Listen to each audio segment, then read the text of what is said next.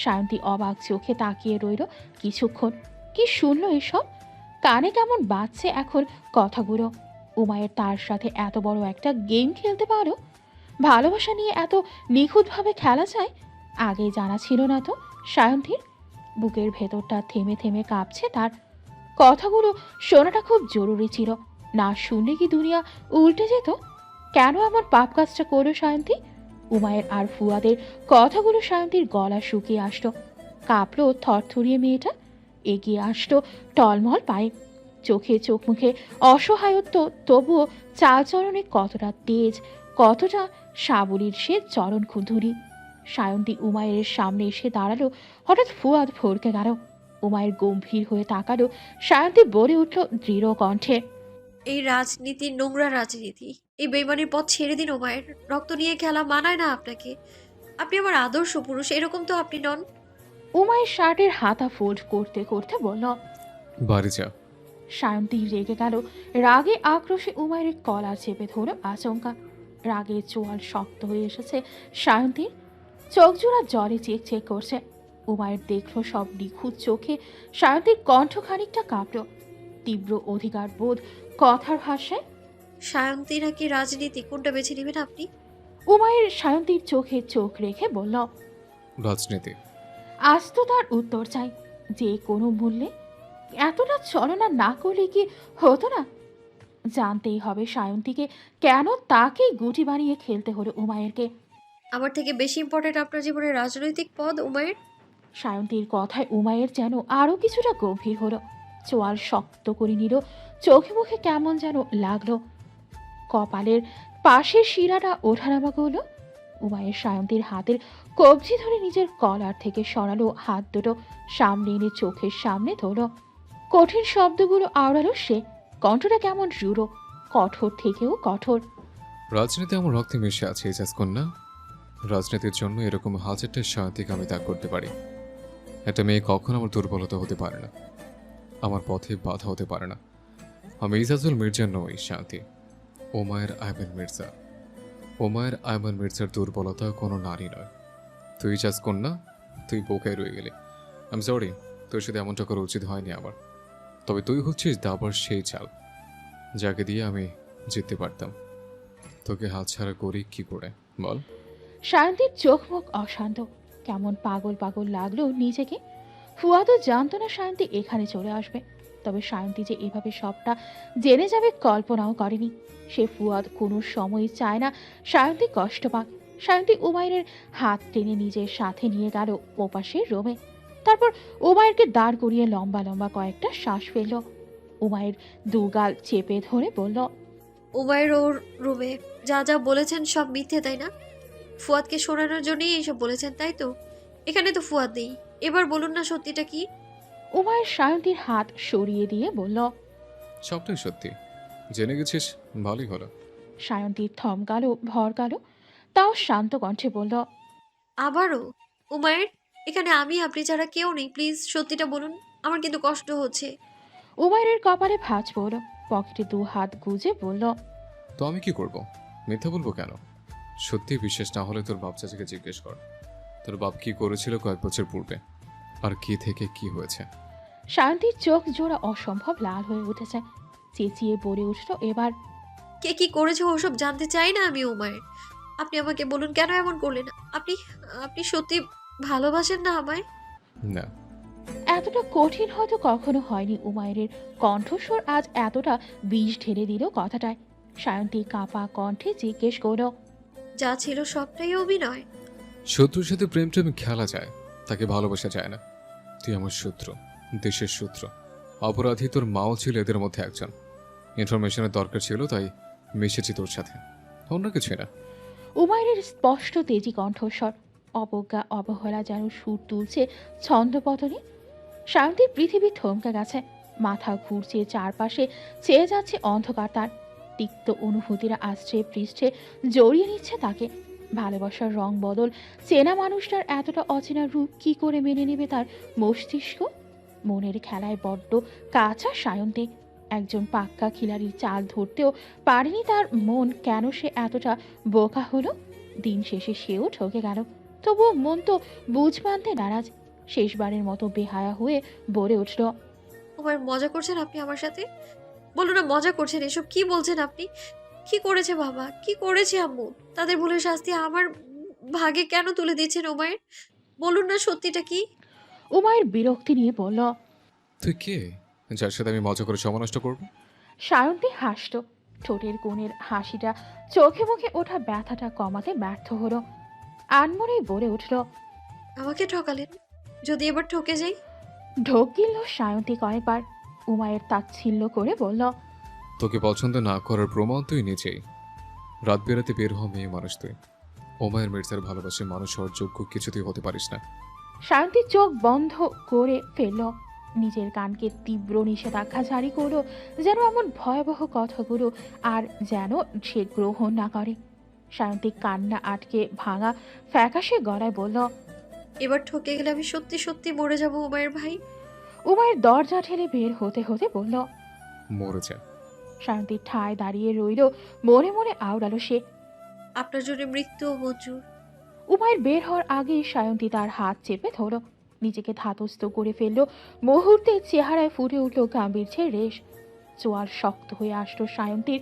সে কাট কাট কণ্ঠে বলে উঠল, আমাকে পেয়েও হারানোর যন্ত্রণা আপনার অন্তরকে ঝাঁঝরা করে দিক। আপনি আমার মতো একটা অপরাধী জনম জনমের শত্রুর জন্য ভেতরে ভেতরে জ্বলে পড়ে নিঃশব্দে নিঃশেষ হয়ে যান।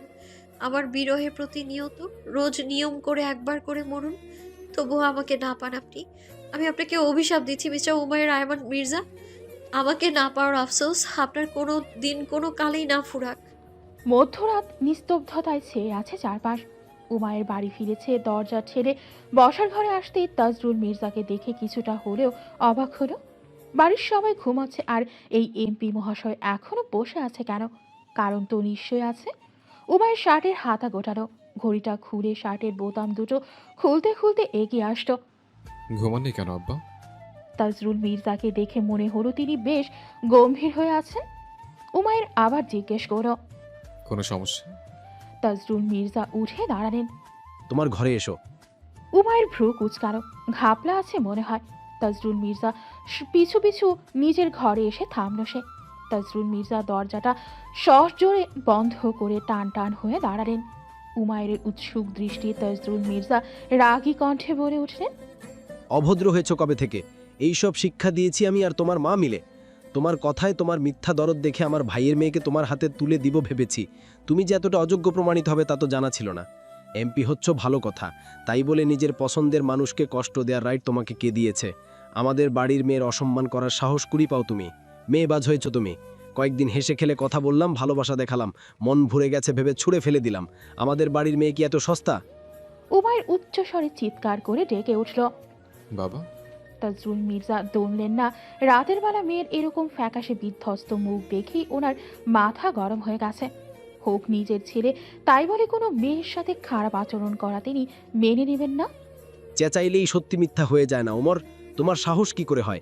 ভালোবাসা নিয়ে ছলনা করো তুমি। মেয়েটার অনুভূতির সাথে খেলতে তোমার বাধলো না? কি করেছে আমার ভাই, আমার ভাইয়ের বউ তোমাকে? মেয়েটাকে কেন এতগুলো কথা শুনিয়েছ? উমায়ের চোখ মুখ শক্ত করে বলল, তুমি আমার পেছনে গোয়েন্দা লাগিয়ে রেখেছ? রেখেছি, বেশ করেছি। না হয়তো তোমার এমন কুৎসিত রূপটা সম্পর্কে জানতেই পারতাম না কোনোদিন। উমায়ের গা ছাড়া ভাব নিয়ে বলল। জেনেছ? এবার গিয়ে শুয়ে পড়ো। তাজরুল মির্জা বেজায় খেপলেন। রাগে দাঁতে দাঁত চেপে বিরক্তি নিয়ে বললেন, আমি এত বছর রাজনীতি করিনি, তোমার মাকে কি ছেড়ে দিয়েছি? দুনিয়ায় একাই এসব করছো, নাকি ক্ষমতা লোভী হয়ে গেছো? আব্বা, মাত্র ছাড়াচ্ছেন আপনি। তুমি কি করেছ? সীমা অতিক্রম করনি তুমি? তুমিও জানো কেন এসব বলেছি বাবা? না, জানি না আমি ওমায়ের। তোমার মতো ছেলে আমাদের মেয়ের অযোগ্য। সিদ্ধান্ত নিয়েছি আমি মেয়ের অন্যত্র বিয়ে দিব খুব শীঘ্রই। বোনের বিয়েতে আয়োজনের ত্রুটি যেন না হয়। তুমি তো এমপি মানুষ, দায়িত্ব এরাও, তাই না?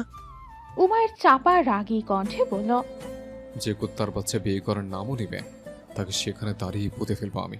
আপনার ভাইয়ের মেয়ে দুনিয়া যদি কারো বউ হওয়ার জন্য আসে, তাহলে শুধুমাত্র আমার বউ হবে। অন্য ধায় ওর লাশের জানাজা আমি নিচে পড়াবো। কার কলিজা কত বড় আমিও দেখব। সায়ন্তী শুধু আমার আব্বা।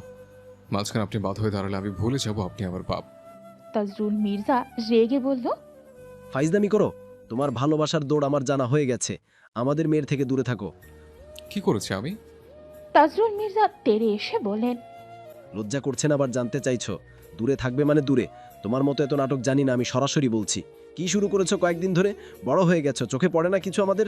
তুমি মেয়েটার সাথে যা নয় তাই করেছো, যখন যা খুশি। উর্বশী মারা যাওয়ার পর তুমি জানা সত্ত্বেও ওর খোঁজ নাওনি। বাড়ি আসার পর পরিচয় গোপন করেছো, তারপর কয়েকদিন পাক্কা অভিনেতার মতো অভিনয় করেছো। আর বিগত 3 মাস ধরে একই কাহিনী ইগনোর করছো তুমি ওই মেয়েটাকে। আর আজ যা করলে তারপরও বলবে তুমি ওই মেয়েটাকে ভালোবাসো। এইসব ভালোবাসার নমুনা? আবার কি শুনলাম আজ তুমি ভালোবাসা নিয়ে বাজি ধরো? ফুয়াদের থেকে কেড়ে নিতে তুমি সাইন্তির সাথে প্রেম খেলা খেলেছ। ছিছি উমায়ের, তোমাকে নিজের সন্তান বলে পরিচয় দিতে আজকে আমার ভাবছে। উমায়ের সাথে সাথে রেগে টেবিলে থাকা গ্লাসটা সজোরে মেঝেতে ফেলে দিল। যে সে রাগ নয়, ভয়ঙ্কর রকম রেগে গেল। এবার তাজরুল মির্জা বিচলিত হলেন কিছুটা। উমায়ের এবার চেঁচিয়ে উঠল, কি বললেন আপনি আব্বা? আমি ফুয়াদের থেকে শাওনকে কেড়ে নিতে এসব করেছে? না জেনে এমন একটা কথা বললেন কি করে? উল্টো এই জানোয়ারটা আমার শান্তির দিকে নজর দিয়েছে, বন্ধু হয়ে বিশ্বাস নষ্ট করেছে আমার। আর আপনি কিনা ওই শত্রুকে বিশ্বাস করছেন? ও কি করা বাদ রেখেছে? ওর জন্য, শুধুমাত্র ওর জন্য শান্তির কাছে নিজের পরিচয় আমি গোপন করেছি। ওকে চিরতরে হারিয়ে ফেলা চাইতে বারবার কষ্ট দিতে রাজি আমি। তোমার কি মনে হয় আমি মানুষটা? আমার কষ্ট হয়নি এসব বলতে? কি করব বলতে পারো? নির্ভয় হয়ে গেছে, তাই দূরে সরেছি। ওকে যদি 1000 বার কষ্ট দিতে হয় আমি দিব, কোনো পরোয়া করবো না। আমার মতো মানুষকে ভালোবাসার শাস্তি তো তোমার ভাইয়ের মেয়েকে পেতেই হবে আব্বা। তবে ওকে আমি কোনো দিনই ছাড়ব না। কেউ যদি আমার থেকে ওরা আলাদা করার কথা স্বপ্নেও ভাবে, তাকেও ছেড়ে দিব না, মেরে রেখে দেব। আমি আপনার ভদ্র ছেলে নই আব্বা, সব কথা শুনে চলতে পারবো না। আমার ভদ্র রূপ লোকের আইবাস করার জন্য, তা আপনি ভালো করে জানেন। সেজমা মারা গেছে, কথাটা কিন্তু সত্যি আমি জানতাম না। আর না জানতাম শান্তি তোমার ভাইয়ের মেয়ে। পরিচয় গোপন করেছে, ওই একটাই আমার ভুল ছিল। আর কোনটা ভুল? ওকে জেনে শুনে মরতে দিতাম আমি? ও মরে গেলে আমি কি নিয়ে বাঁচবো আব্বা? শান্তি যথেষ্ট ম্যাচিওর সাহসী মেয়ে, আমিও জানি। কিন্তু তুমি তো জানো সোভান শেখ কত বড় হারামি। আর ওর ছেলেটা, আর কি বা বলবো। তোমার আদরের ভাইয়ের কন্যা এই ফুয়াদকে বিশ্বাস করছে, আর এই আজমল আহমেদকে, ওইটাতে সবচেয়ে বড় শয়তান। দেশপ্রেমী সেজে লোক ঠকাচ্ছে, তাদের সাথে জড়িত এই সোভান শেখ। আর তোমার ভাইয়ের মেয়ে এতটাই সাহসী হয়েছে, শয়তানের ডারায় রাত বেরোতে চায়। ওকে ওরা ততদিনই কিছু করবে না যতদিন তাদের মনে হবে আমার আর ওর মাঝে কোনো সম্পর্ক নেই। আমার বিরুদ্ধে ওকে ব্যবহার করাটাই ওদের লক্ষ্য। আমার সবচেয়ে বড় দুর্বলতা ওর নিজে। কথাটাও বিশ্বাস না করলেও আজমল আহমেদ আর সোভান শেখ কিন্তু তা ভালো করেই জানে। তাই ওর সাথে আমি কোনো প্রকার যোগাযোগ রাখিনি 3 মাস। কথা বলেন ওর সাথে, তাই বলে যে খোঁজও নেই, তা তোমাকে কে বলল? আর আজকে কে প্রশ্ন করলো আমায়? আমার কাছে কোনটা বেশি গুরুত্বপূর্ণ? মনটা চেয়েছে তখনই ঠাঠি একটা বসাই গালে। তোমরা সবই ওরটাই দেখেছ, আমার দিকটা কেউ দেখবে না? ওর বিশ্বাস এত বেশি কেন আমার প্রতি? ও জানে না আমি ওকে ঠিক কতটা ভালোবাসি। মুখে কেন বলে দিতে হবে সবসময়? আর বলবো না কোনোদিন, নরম হব না ওর প্রতি। ও কঠোরভাবে বলার পর বোঝার মানুষ। নিজের বৌমার হয়ে সাফাই গাইতে আসবে না। আরেক জায়গায় বিয়ে দিবি তুমি আমার বউকে? মির্জা সাহেব, তোমাকে আমি বউ ছাড়া করবো, বলে রাখলাম। তাজরুল মির্জার চোয়াল ঝুলে পড়ল। কি ছেলে জন্ম দিয়েছেন, কথায় কথায় তার বউ নিয়ে টানাটানি শুরু করে। উমায়ের তপ্ত শ্বাস ছেড়ে আবার বলল, বোকাটাকে কি করে বোঝাবো আমি?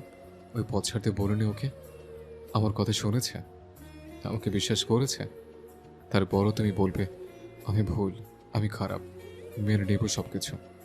কিন্তু কিছু করার নেই। ও না চাইলেও আমার মতো খারাপ মানুষের কাছে ওকে সারা জীবন থাকতে হবে। আমাকে বাড়াবাড়ি করতে বাধ্য করবে না। তাজরুল মির্জা থমথমে কণ্ঠে বলল, তুমি সায়ন্তীকে বুঝিয়ে বলনি কেন? ওখানে সিন ক্রিয়েট কেন করেছ? আর যা যা বলেছ তাতে তোমার কি মনে হয় ও তোমাকে ক্ষমা করে দিবে? উমার দাঁতের দাঁত চাপলো। এই বোকাটার প্রেমে পড়ে ওর জীবনের সব ওলট পালট হয়ে গেছে। মাঝে মধ্যে রাগে নিজের চুল নিজেকেই ছিঁড়তে মন চায়। এত কিছু বুঝে মেয়েটা শুধু ওকেই বুঝলো না। ও আমাকে বুঝবে? এটা এখন আমি বিশ্বাস করব?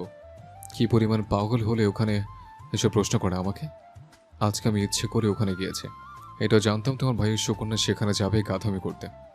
আমি না থাকলে সোভান চোরটা। উমায়ের রাগে হাত মুষ্টিবদ্ধ করে নিল। তাজরুল মির্জা এবার চিন্তিত হলেন। তিনি বিচলিত কণ্ঠে বলল, কি করতে এসেছিল? উমায়ের রেগে বলল, আমার কলিজে ছুরি বসাতে এসেছিল। এবার বুঝছো তুমি?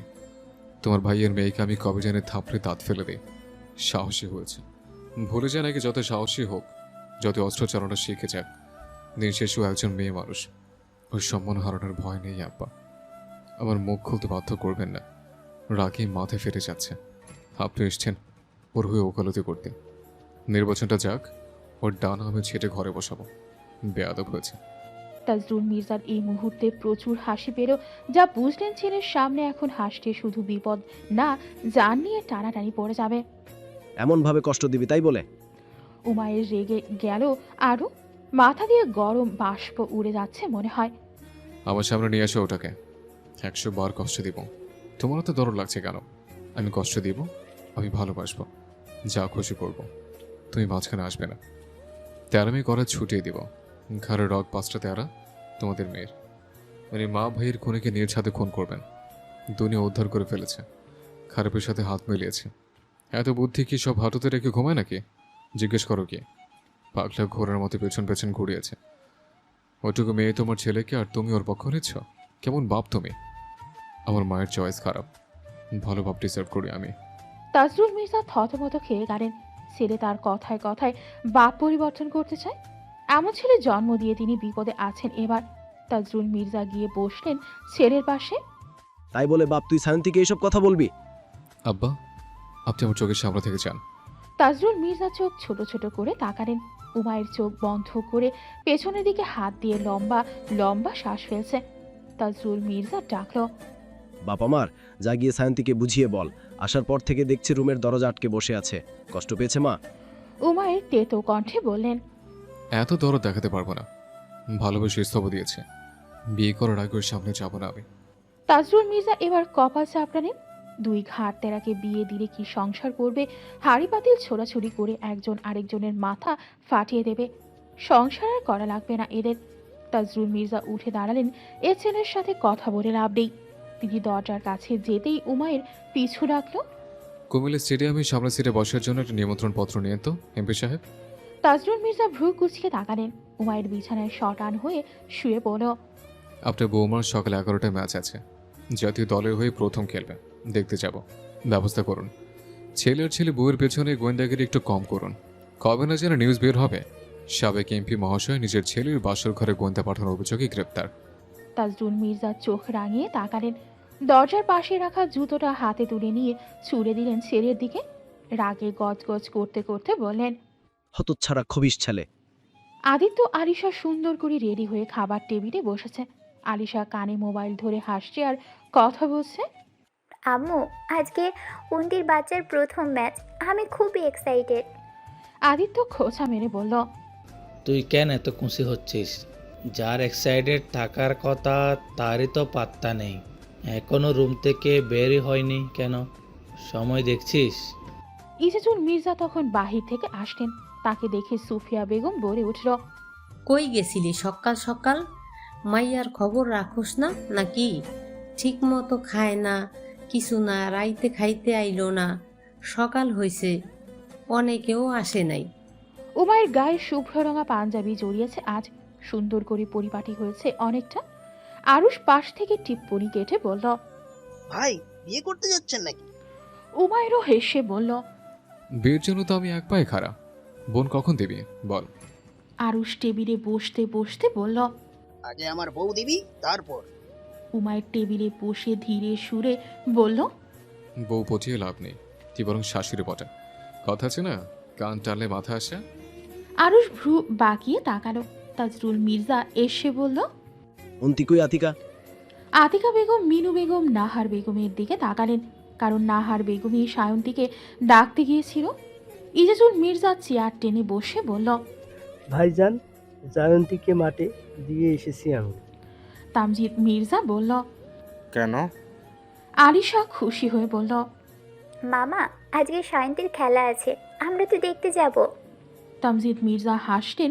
সুপ্রভাব বলে উঠল, আমাকে জানাবি না তোরা? আমিও তো যাব। মিঠি বলল, সবাই একসাথে যাব। আজিজ মির্জা বলে উঠল, একা যাওয়া ঠিক হবো না, আরুষ আর আহানের মধ্যে কেউ একজন নিয়ে যাবে। আহান বলল, আরুষ তুই যা, মিঠি আজ অফিসে না গেলে আমার কাজের প্রেশার বাড়বে। আলিশার মুখটা চুপসে গেল। এই ছেলেটাকে এখন তার বেশি বিরক্ত লাগে। ভালোবাসার চাইতে রাগ অভিমানী যেন বেশি প্রাধান্য পেয়েছে তার কাছে। এরশাদ মির্জা হাতে মোবাইল তুলে নিয়ে ইউনিভার্সিটিতে কল করলেন। সবাই অবাক হয়ে এরশাদ মির্জার দিকে তাকিয়ে আছে। কারণটা তার ভার্সিটি না যাওয়ার অজুহাত শুনে নাহার বেগম কপালে দুটো বাড়ি দিলেন। লোকটার ছেলে মানুষই গেল না, 2 সন্তানের বাপ হয়েছে, এখনো এসব। এরশাদ মির্জা কানে মোবাইল তুলেই বলল, আজ আমি আসতে পারবো না, জানি গুরুত্বপূর্ণ ক্লাস আছে, কিন্তু আমার না আসার কারণটা আরও বেশি গুরুত্বপূর্ণ। আমার পেট খারাপ হয়েছে, এসো 2 মিনিট দাঁড়িয়ে লেকচার দিতে পারবো না, আপনারা ম্যানেজ করে নিন। আদিত্য চোখ বড় বড় করে বলল, তোমার মতো শিক্ষক ঘরে ঘরে জন্মাক, খেলা দেখতে যাওয়ার জন্য পেট খারাপের বায়না দিলে নিজের। দাদি, তোমার ছেলে ছোটবেলায় স্কুল কলেজে যেত নাকি এসব বলে পার পেয়ে যেত? তামজিদ মির্জা বলে উঠল, তোর বাবা দিনে 2 বার মোটা লাঠির পেদানি খেত, তাও লাজ লজ্জার বালাই ছিল না, এর মাঝে স্কুল কামাই করা ওর স্বভাব ছিল। তাজরুল মির্জা বলে উঠল, পরীক্ষায় নকল নিয়ে যেত, টেনে টুনে পাশ করার যত টেকনিক আছে সব ওর ভুঁড়িতে স্টোর করে রাখা থাকতো। আদিত্য মুখে হাত দিয়ে চেঁচিয়ে বলল, বাবা, তুমি তো আমার আইডল হতে পারতা, আগে বললা না? তুমিও এ পথে হেঁটেছ, তাই তো আর কষ্ট করে পরে পরীক্ষা দিতে হতো না, আমার থেকে টেকনিক কিছু নিলেই হতো। ইরশাদ মির্জা গাল ফুলিয়ে ধমক দিলেন, চুপ কর হারামজাদা। উমায়ের ছাড়া টেবিলের সবাই কথায় হাসি আড্ডায় মেতে উঠেছে। উমায়ের সবার আগে খেয়ে বেরিয়ে গেল। তারপরে বাকিরা হই হুল্লোড় করতে করতে বের হলো সায়ন্তীর খেলা দেখতে যাবে সবাই মিলে। এরশাদ মির্জাও রেডি হয়ে এসেছেন। আরুষ ড্রাইভ করবে, পাশে বসতে বলল আরিশাকে, কিন্তু না, সে ঠেলে তার ছোট মাকে পাঠিয়েছে। এতে আরুষ ফোঁস করে উঠেছে। তবে এ মুহূর্তে সে কিছু করতেও পারবে না সবার সামনে। ভাব বেড়েছে মেয়েটার অনেক। পথে দীপ্তিকে সাথে নিয়েছে। ওরা সবাই মিলে চলে এসেছে খেলা দেখতে। নিজেদের সিটে বসে পড়ল গিয়ে। খেলা শুরু হবে কিছুক্ষণের মধ্যে। খেলা শুরু হতেই বিভিন্ন ধরনের অ্যানাউন্সমেন্ট হলো। সবাই মুখিয়ে রইল সায়ন্তীকে দেখার জন্য। শুরুতে ব্যাটিং পেল বিপক্ষ দল। মাঠে খেলা চলল পুরো দমে। টান টান উত্তেজনায় চেঁচাচ্ছে দর্শকরা। 180 রান দিয়েছে সানশাইন একাডেমি। সায়ন্তীর দলের ক্যাপ্টেনের দিক নির্দেশনা শুনছে। একটা সময় সেও সানশাইনের প্লেয়ার ছিল, আজ তাদের বিপরীতেই খেলতে হচ্ছে তাকে। সায়ন্তী নতুন খেলোয়াড় হওয়ায় তাকে শুরুতেই সুযোগ দেওয়া হলো না। একে একে মাঠে চলছে খেলোয়াড়দের তীব্র প্রচেষ্টা। নিজেদের জেতানোর জন্য জ্ঞান প্রাণ দিয়ে খেলছে এক একজন। জাতীয় দলের প্লেয়াররা আজ ভালো করতে পারেনি, তেমন হাল ছেড়ে দিয়েছে দর্শকেরা। আলিশা খেলা দেখে ভোতা মুখে বলল, এরা কি করছে এসব? আরুষ মাছ থেকে বলে উঠল, তুই খেলার কি বুঝিস? এখনো শেষ হয়নি, আরো 3টা উইকেট পড়া বাকি। আদিত্য বলে উঠল, সায়ন্তীর খেলা তো আগে দেখিনি, ও খেলে কেমনে? ওকে কি শেষে নামাবে নাকি? তাও মনে হয় না জিতবে, এত কম বলে আরও 70 রান নিতে হবে। সুপ্রভাত চেঁচিয়ে উঠল, ওই দেখ, শান্তি নামছে। মিঠি খুশিতে হাততালি দিয়ে উঠল। মনোযোগ দিল সবাই খেলা দেখায়। জার্সির কালার যেন কনফিডেন্স লেভেল বাড়িয়ে দিচ্ছে সায়ন্তী। এক অন্যরকম অনুভূতিতে আবেশিত হলো সায়ন্তীর মন। তবে রাগ, ক্ষোভ, ঘৃণারা দলা বাকি আছে কণ্ঠনালীতে। উমায়ের ওপর যত রাগ ছিল সব যেন আজ মাঠে ব্যাটে বলে উড়িয়ে দিয়ে যাবে সায়ন্তী। চোখের চাহনি, হাঁটা চলা, ঠোঁটের কোণে ফুটে ওঠা সেই ঘায়েল করা হাসি, সব কিছুই যেন দর্শক মনে নতুন করে আসার আলো জাগাচ্ছে। নতুন প্লেয়ার কিভাবে খেলবে, কেমন হবে না হবে, সব কিছু নিয়ে যেন সবার উপচে পড়া আগ্রহ, কৌতূহল। শ্যামলা মুখটাতে রোদের আলো পড়ে চকচক করছে। চুলগুলো উঁচু করে বাঁধা, কারো কারো চোখে সে আজ চোখ ধাঁধানো সুন্দরীর কাতারে পড়ছে। শান্তির দাঁতে দাঁত চেপে প্রথম বলটাতে ব্যাট ছোঁয়ালো। দর্শকরা হতাশ হলো এতে। শান্তি নিজেও ভরকারও, তবে হতাশ হয়ে যায়নি। দলকে জিতাতে না পারুক, চেষ্টা তো করতে হবেই। তবে পরপর 4টা বলের 3টাতেই 6 মেরেছে সে। এক একটা বল সায়ন্তীর কাছে উমায়ের করা অপমান, যা দেখে আজ নিজের আজ থেকে দূরে সরিয়েছে এক এক করে। রাগে চোয়াল শক্ত এখনও মেয়েটার। দলের ক্যাপ্টেনও সায়ন্তীর প্রতি মুগ্ধ হলো। প্রায় হেরে যাওয়া ম্যাচটা এভাবে জিতিয়ে নেবে মেয়েটাকেও কল্পনাও করেনি। ৭০ না লাস্ট বলে ৬ মেরে ৭৫ রান একাই নিয়েছে সায়ন্তী যেন ঘুরে আছে এখনও। জিতে যাওয়া টিমের সবাই ছুটে এসেছে মাঠে। সায়ন্তীকে নিয়ে উল্লাসে মেতেছে তারা। তবে মেয়েটা যে রাগের বশে নিজের ক্ষতি করেছে সেদিকে তার ভ্রুক্ষেপও নাই। হাতে ব্যথা পেয়েছিল। মাঠে ছুটে আসা একটা বল তার হাতের ওপর পড়েছিল ভুলবশত। একই হাতে আঁচড় কেটে রক্ত ঝরছে সেটা অনুভবও করতে পারেনি মেয়েটা। রেস্ট রুমে গেল সায়ন্তী, চেয়েও আনন্দ আজ আর তার মন ছুঁতে পারেনি।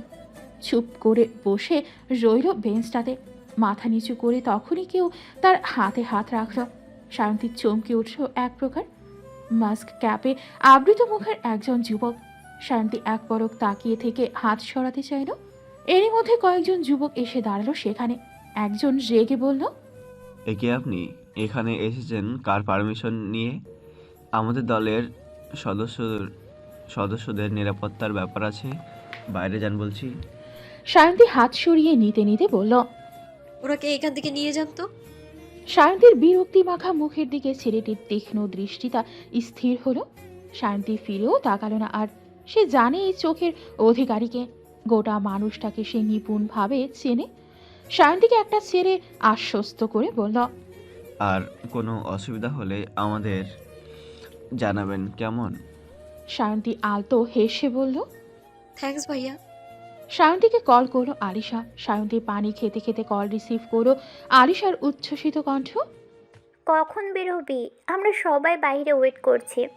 সায়ন্তী অবাক হয়ে বলল, তোরা এসেছিস? আলিশা অভিমান করে বলল, তুই না বললে কি আমরা জানবো না নাকি? বড় খেলোয়াড় হয়ে গেছো তুমি। এখানে তো সবাই তোমার ফ্যান ফলোয়ার। আমাদেরকে কি আর এখন চিনবা নাকি? সায়ন্তী তপ্ত শ্বাস ছেড়ে বলল, ফ্রেশ হয়ে বের হচ্ছি, অপেক্ষা কর। আলিশা কল রাখতেই একটা ছেলে এগিয়ে এসে বলল, আপনার কাছে এই মেয়েটার ফোন নাম্বার আছে? প্লেয়ারটাকে চেনেন আপনি? নাম্বারটা দেওয়া যাবে? আদিত্য পাশ থেকে বলে উঠল, আমার ভাই আপনাকে কোরবানি করবে, ও মেয়ের নাম মুখেও নিয়েন না। আলিশা কিছু বলতে যাবে তার আগেই হাত ধরে টেনে আরুষ তাকে নিজের পেছনে নিয়ে গিয়ে বলল, এ ছেলে আমার বউয়ের সাথে এত কথা বলার সাহস পায় কো? সুপ্রভা চোখ বড় বড় করে তাকালো সবার দিকে। আদিত্য দাঁত কেলিয়ে হাসল বোনকে অবাক হতে দেখে। সুপ্রভা চোখ পিট পিট করে তাকিয়ে জিজ্ঞেস করল, বউ মানে? আলিশা বলে উঠল, আরে এই পাগলের কথা তুমি শুনছো কেন প্রভাপু? আরুষ আলিশার হাত টেনে নিয়ে যেতে যেতে বলল, আয় বুঝাচ্ছি কে আসল পাগল। এরশাদ মির্জা গিয়েছিলেন এক পাশে। তাকে দেখেই সবকটা মুখে কুরুপ এঁটেছে। এরশাদ মির্জা আরুষের দিকে তাকিয়ে বলল, দুটাই আবার লেগেছে নাকি? মিঠি শুকনো ঢোক গিরে বলল, আলিশাকে তো চিনই, আইসক্রিম খাওয়ার ভাড়া করছিল। এরশাদ মির্জা বিশ্বাস করে নিলেন, জিজ্ঞেস করেন, সায়ন্তী কখন আসবে? আদিত্য মিনমিন করে বলল, ভাইয়া যখন আসতে দিবে। মিঠি ভ্রু নাচিয়ে ইশারা করল। আদিত্য বোকা বোকা হাসল। সায়ন্তী বাথরুমে গেল ফ্রেশ হতে। বেসিনের কাছটায় আসতেই হাতে টান পড়ল। সায়ন্তী চোখ বন্ধ করেই বিরক্তি নিয়ে বলল, উমায়ের বাড়াবাড়ি করছেন কিন্তু এবার। উমায় নিঃশব্দে হেসে এগিয়ে আসলো। সায়ন্তীর হাতে ব্যান্ডেজ করতে করতে বলল, না দেখে বুঝে গেলে এটা আমি? আমার উপর রাগ হয়েছে, আমাকে দেখা, নিজের হাতের উপর দেখালে কেন? সায়ন্তী চোয়াল শক্ত করে তাকালো। উমায়ের সায়ন্তীর চুলগুলো টেনে খুলে দিল। মুখটা নিজের দিকে ঘুরিয়ে এনে টিস্যু দিয়ে মুছে দিল আলতো হাতে। সায়ন্তী এক ঝটকায় হাত সরিয়ে দিল। উমায়ের সায়ন্তীকে ঘুরিয়ে চুলগুলো খোপা করে দিল। নিজের মাথায় থাকা ক্যাপটা সায়ন্তীর মাথায় পরিয়ে দিয়ে বলল, যাও সোনা, বাড়ি যাও। অনেক সময় রাগ থেকেও ভালো কিছু হয়, যেমন আজ তুমি জিতে গেলে। সায়ন্তী রেগে উমায়ের বুক বরাবর ধাক্কা দিল। হনহনিয়ে বেরিয়ে গেল সেখান থেকে। কাঁধে ব্যাগ চাপিয়ে বাহিরে আসতেই আলিশা দৌড়ে আসলো। দীপ্তিও হাসল সায়ন্তীকে দেখে। নানান প্রশ্ন সায়ন্তীকে ঘিরে সবার। মেয়েটা চুপচাপ শুনছে সব। আদিত্য ফিসফিসিয়ে বলল, কিরে, ঝগড়া হয়েছে নাকি? সায়ন্তী রাগী চোখে তাকালো। দীপ্তি আদিত্যকে ঠাস করে একটা দিল। মিঠি আর সুপ্রভা বলল, কি বলছিস রে ফিসফিস করে? আদিত্য মাথা নেড়ে না করো। গাড়িতে আগে উঠে বসলো সায়ন্তী। নিজের হাতের দিকে তাকিয়ে আরো বেশি রাগলো। আলগা পিরিত দেখাতে এসেছে এখানে, মন তো চায়